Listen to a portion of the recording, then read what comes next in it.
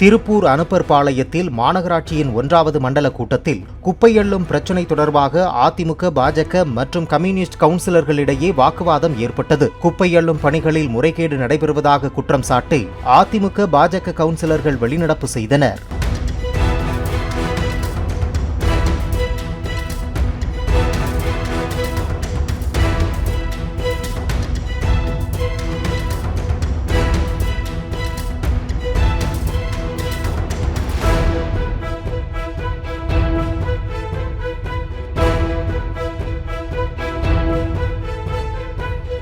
Play store மற்றும் app ஸ்டோரில் இருந்து பாலிமர் செயலியை QR கோடு மூலம் பதிவிறக்கம் செய்யுங்கள்.